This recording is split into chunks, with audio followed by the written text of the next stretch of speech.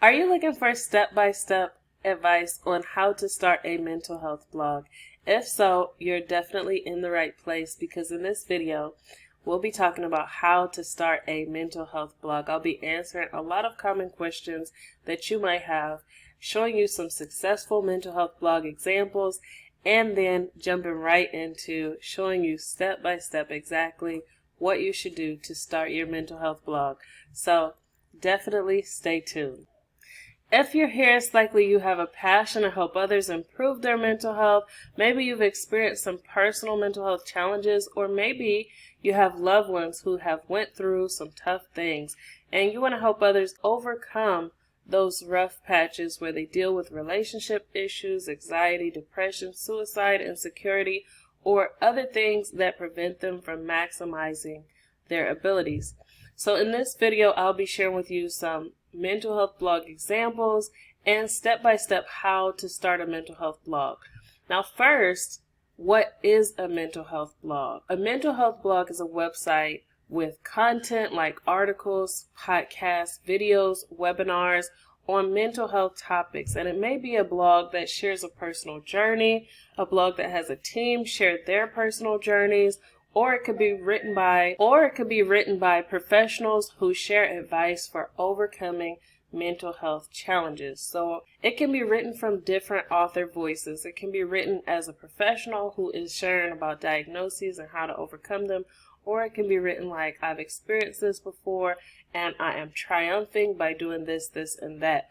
So there's different author voices you can use to write a mental health blog. Of course, you don't want to waste your time creating a blog that no one wants to see. So you probably want to know if there's a demand for mental health advice online. And it's important to validate the market demand for any venture that you do. I want to tell you that there's absolutely a demand for advice online related to mental health. Not every search phrase that you use on your mental health blog will be in demand, but there are quite a few phrases internet users type into Google when they're seeking mental health advice. So similarly, many people on social media and other online platforms gravitate towards content that gives guidance on mental health. So if you decide to start a mental health blog, you can potentially impact thousands, millions, or even billions of people. And unlike other topics, mental health is evergreen, which means people search for the content all year round, and traumatic events can even spike the demand for mental health content as people are searching for ways to adapt to difficult circumstances.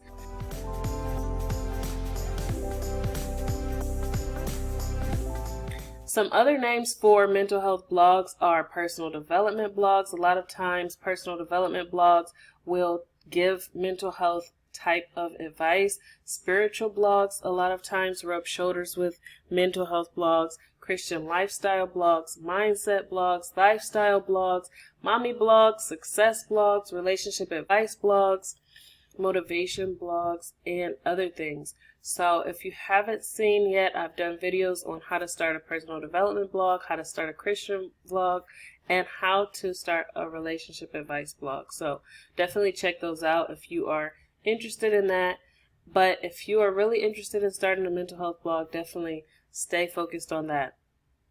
So mental health can definitely overlap into several different topics, so you definitely don't have to feel boxed in. Now in terms of successful blog examples, I've gathered some blogs that share their expenses, share their income reports, and who also share how their blogs are doing. And so these are 3 blogs that you can check out about socialanxiety.com. The founder, her name is Arlen, and she actually shared an income report from July 2019 where she earned $723.75. She was earning her income from affiliate marketing, ad sales, and she has a course on social anxiety. So I have the link here, and I'll definitely leave information where you can get to this article from the description box below, and you can check out these income reports and other things that I have linked within the article. Now, another blog is called thethoughtjournal.com, and Emily is the founder of the Thought Journal. She started a lifestyle blog that talks a lot about mental health, and she writes on many other topics. She shared an income report from April 2018 where she earned $1,257.89 from ads, affiliate marketing, and majority of the income came from launching a digital course on Pinterest marketing, which doesn't necessarily tie to mental health, but that is what she was selling on her site. And Ruth Soukup. Now, Ruth is a 7-figure blogger and founder of brands like Do It Scared, Living Well, Spending Less, and Elite Blog Academy. She shares a lot about her mental health journey and explains how she went from struggling for years with depression to conquering life. And in addition to her own journey, she also does lots of collaborations with other bloggers to share tips on how to stay motivated, how to build courage, and how to overcome mental blocks that prevent the best life. Ruth says that blogging took her quite some time to really click and to make it work, but eventually she monetized her blog with product sales, affiliate income, ads, sponsorships, events, and joint venture collabs. And today, her blog is earning more than $1 million a year. And actually, it's her business overall because it's Living Well, Spending Less, plus Do It Scared, plus Elite Blog Academy combined. Now, finally, there's Anxious Slash, and this one doesn't have income status, but it does show share counts and things like that, so you can see that quite a few people are sharing the content from anxiousslash.com, and so you can see there's a wide audience for that on social media. And then Love and Life Toolbox is another successful blog example that you should take a look at. Now, I want to get into the step-by-step how to start a mental health blog so that you can know what to do from here if this is what you want to do. So first, if you want to start a mental health blog, I would recommend you start by choosing a niche.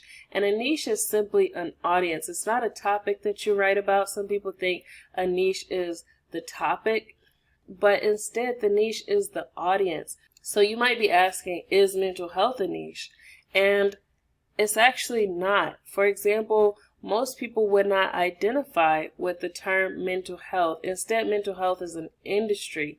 People struggling with mental health challenges may refer to themselves as suicide survivors or overcoming anxiety, or they might even identify to themselves as a depressed person, or a title like that. And it's nearly impossible, especially for an individual writer, to cover every question within any particular mental health niche on their own. So it's really important for you to choose an audience within mental health.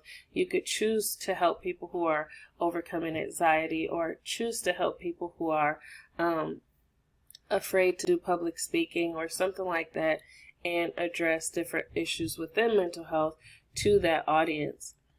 Now, another common question that bloggers ask when they are starting out is, should you start in a broad niche?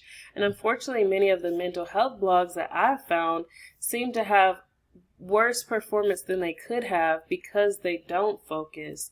And I believe that that's one of the top reasons why it was difficult to find a mental health blog that had really good income results. And it's because they a lot of times fall under lifestyle blogs. They'll share things about their anxiety journey or depression journey or something like that, but they'll talk about travel, and they'll talk about marketing, and they'll talk about all of these other things.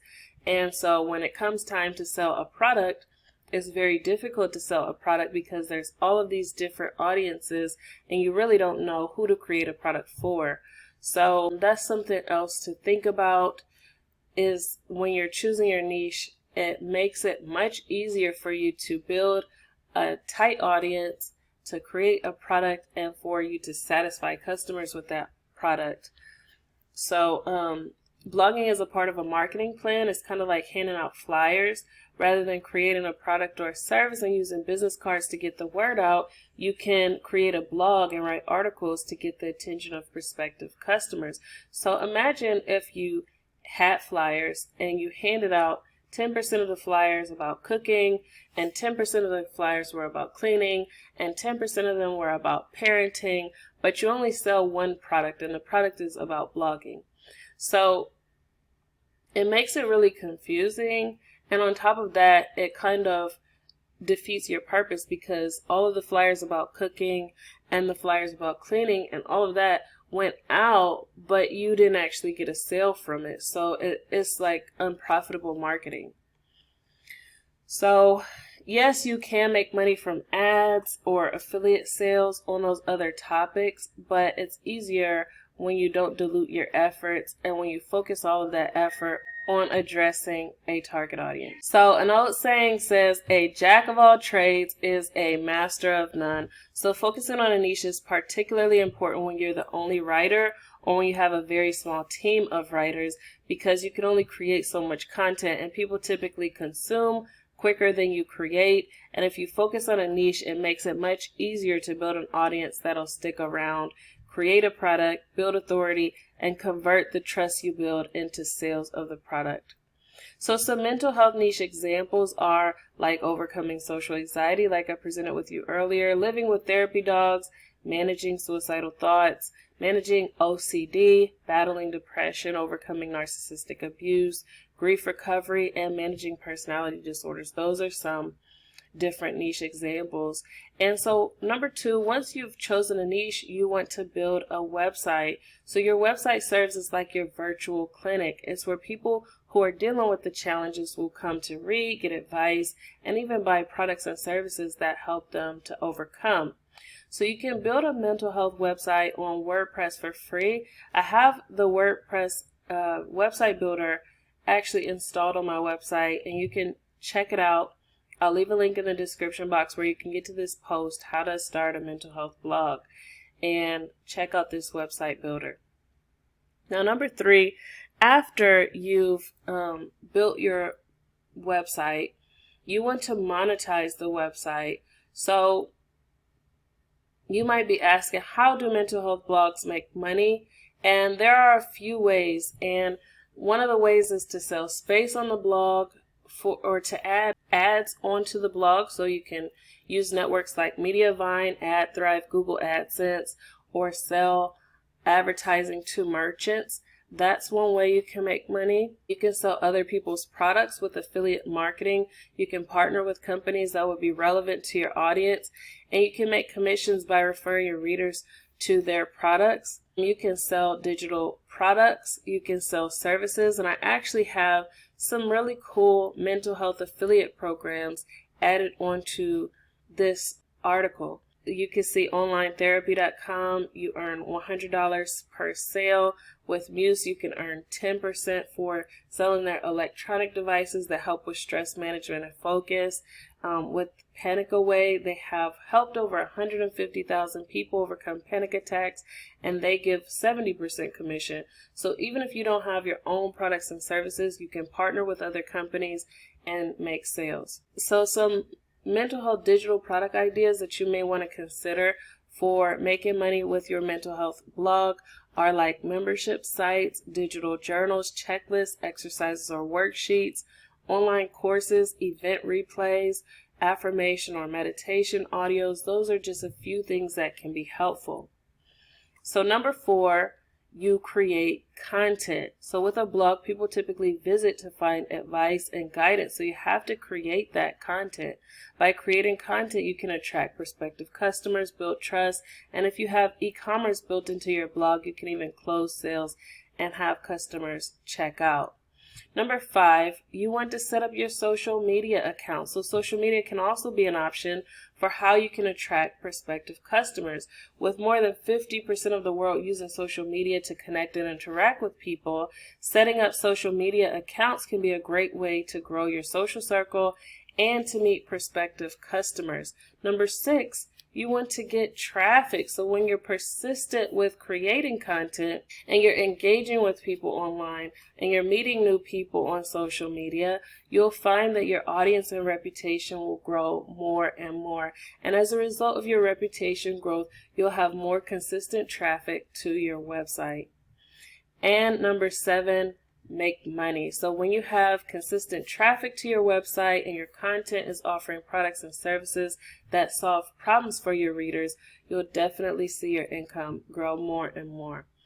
Overall, if you wanted to start a mental health blog, I'm really hoping that this step-by-step guide was helpful for you and that it gave you some good ammo for what to do next to start your mental health blog. Like I said, I'll leave a link in the description box where you can get to this article. So anything that I may have like brushed over or maybe you want to see and read yourself, you can stop by Hot Entrepreneur and check it out. Now, if you'd like more support and training as you are building your mental health blog, then definitely stop by Hot Entrepreneur and grab the blog starter bundle. It's free and you'll get blog post templates as well as an editorial calendar so that you can work on getting that content out efficiently. And added to that, you'll also get access to the Enterprise Builder community area where you can get accountability and support as you're growing your business from idea to full-time income and from full-time income to enterprise. So that's really all I have for this video. I'm really hoping it was helpful for you. If it was, please leave a thumbs up. And if you'd like to see more videos like this where I do product and service reviews as well as growth strategies to help you grow a business from idea to full-time income and from full-time income to enterprise, then definitely subscribe to this channel and click the bell icon so you can be notified of upcoming videos. That's all I have for today, and I really hope to see you in the next video. Have a great day. Bye.